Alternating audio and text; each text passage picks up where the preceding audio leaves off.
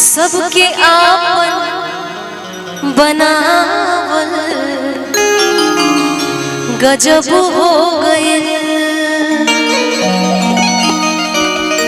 अरे सबके आपन बनावल गजब हो गए। असही जिंदगी जोगावल गजब हो गए। असही जिंदगी जोगावल गजब हो गए। सबके आपन बनावल गजब हो गए। सबके आपन बनावल गजब हो गए। असही जिंदगी गजब हो गए। जिंदगी जोगावल गजब हो गए। सबके आपन बनावल गजब हो गए। सबके आपन बनावल गजब हो गए।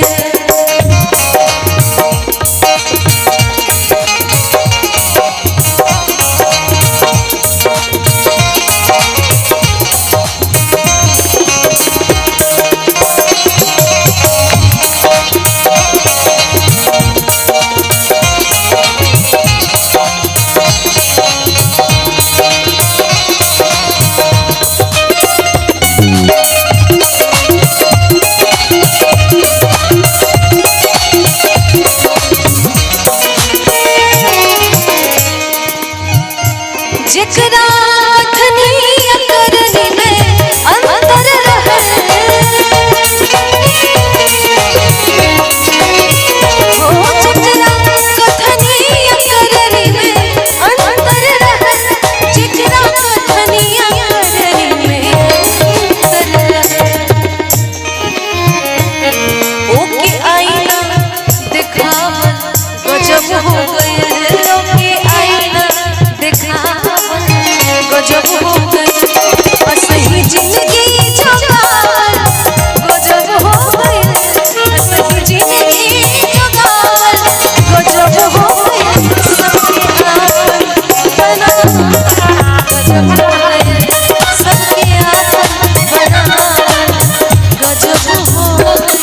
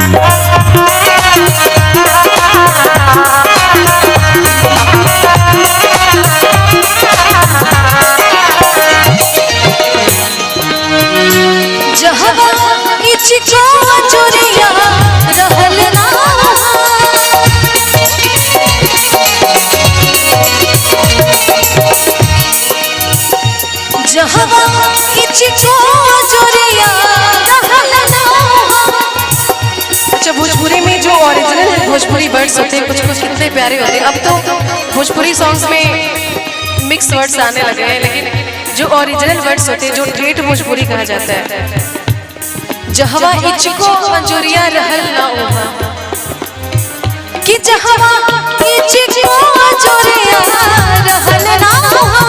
जहवा इचको अंजुरिया रहल ना